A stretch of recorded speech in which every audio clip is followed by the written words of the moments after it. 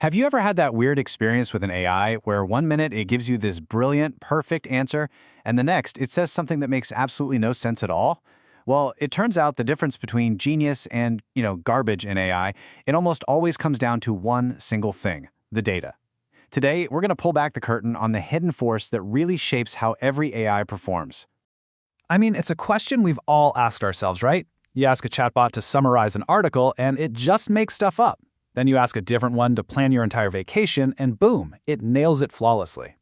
This isn't just random luck. It is a direct reflection of the quality of the information these incredible models are fueled by. And the stakes here are way higher than just getting a weird chatbot response. Let's think bigger.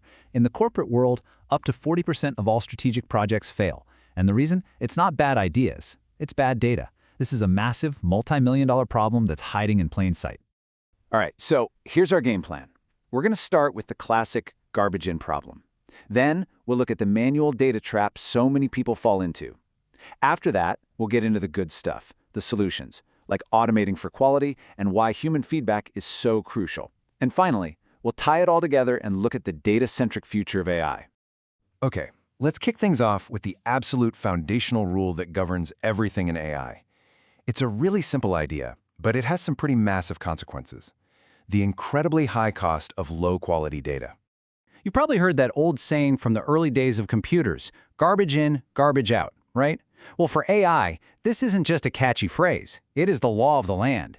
If you train a model on data that's wrong or incomplete or full of human biases, its answers are just going to scream those same flaws right back at you, but louder. You just can't build a digital genius on a foundation of digital junk. It doesn't work. And here is where you can really see the scale of this problem. You'd think data scientists spend all day finding these amazing, world-changing insights. But the reality? It's kind of shocking. A whopping 80% of their time is just spent cleaning, fixing, and validating data. That leaves just a tiny 20% for the actual analysis, the stuff that actually drives a business forward. It's a huge, huge waste of talent. So why on earth are we spending all this time just cleaning? Well, that brings us right to our next point, the manual data trap, and why the old ways of doing things are completely failing us in the age of AI. What we're dealing with here is a fundamental mismatch. On one side, you have our old school methods, people manually checking things, which is slow, inconsistent, and, we're humans, so we make mistakes. On the other side, you've got this absolute tidal wave of modern data that's growing exponentially and moving at the speed of light. Trying to manage that flood of information by hand, it's like trying to bail out the ocean with a teaspoon. The system just wasn't built for this.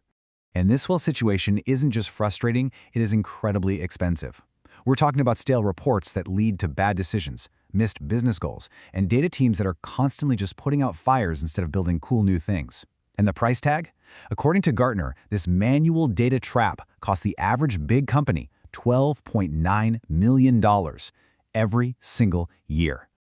So if doing all this work by hand is a losing battle, what's the answer? Well, we have to automate. It's time to build a solid foundation of data we can actually trust, and that starts with automating for quality. A modern system for this works in layers, kind of like a security checkpoint. First, at the ingestion layer, it checks the data's basic ID to make sure its structure is right. Then it hits the quality layer, where automated rules and even other AIs scan for deeper problems. If anything breaks, the alerting layer instantly sends up a red flag. And watching over the whole thing is the observability layer, which is kind of like an air traffic control tower, giving you a perfect view of the entire system's health. So what are these automated systems actually looking for? They're constantly checking for these key things. Is the information flat out wrong? Is it inconsistent with other data? Are there pieces missing? Is it arriving on time to even be useful? And, a really big one, does it accidentally contain sensitive personal information, or PII, that could cause a massive data breach? Automation is built to watch all of this, all the time. But here's the thing.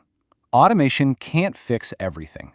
Some of the most important things we want from an AI, like being helpful or harmless, you can't just write a simple rule for that. This is where we need a totally different approach, one that goes beyond just cleaning up raw data. And this is really the big, fascinating question at the frontier of AI. How in the world do you translate a complex, messy, human idea into cold, hard math that an AI can actually learn from? You can't just write a line of code that says, "Don't be a jerk." The answer is to bring people back into the process, but in a really, really clever way. It's a technique called reinforcement learning from human feedback, or RLHF. And the core idea is just brilliant. Instead of trying to teach the main AI directly, you first train a second, separate AI. This one is called a reward model, and its only job is to learn what humans like. It literally learns to predict which of two AI responses a person would say is better. So here's how that actually works in 4 steps. You start with a big, powerful model that's already been trained on the internet. First, you give it some really good examples to get it started. Then comes the magic. You have it generate a bunch of different answers to the same question, and you pay real people to rank those answers from best to worst. All that ranking data, that's what you use to train the reward model. And finally, you use that reward model as an automated coach to guide the main AI, basically giving it a treat every time it says something that the reward model thinks a human would prefer. And the results of this are just mind-blowing. OpenAI found that a model with 1.3 billion parameters that was trained this way was actually preferred by human testers over the original GPT-3, which was 175 billion parameters. It proves that better teaching can be way more powerful than just building a bigger brain.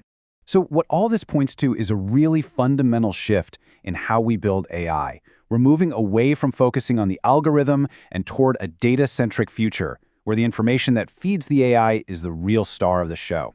See, for years, the old way was model-centric. You'd get a data set, treat it like it was set in stone, and spend all your time tweaking the AI's code to get a better result. The new way, the data-centric way, flips that completely. You pick a good AI model, treat it as fixed, and then you pour all of your energy into systematically making the data better and better. And this isn't just some abstract idea. It pays off with real measurable results. We're talking about saving up to 30% on operational costs, cutting down on data emergencies by 60%, finding the root cause of a problem 80% faster, and getting to those valuable insights up to 40% more quickly. This isn't just a change in philosophy, it's a massive competitive advantage. So at the end of the day, it's pretty simple. For anyone who's serious about building with AI, automation isn't a nice-to-have anymore. It is the absolute bedrock. It's the foundation for everything, for analytics you can trust, for systems that don't break, and for being ready for whatever comes next in AI. Which kind of leaves us with one last big question to think about. As these AI systems get more and more powerful, maybe the real challenge isn't about building better, more complex models. Maybe the real challenge and the real opportunity is for us to figure out how to become much, much better teachers.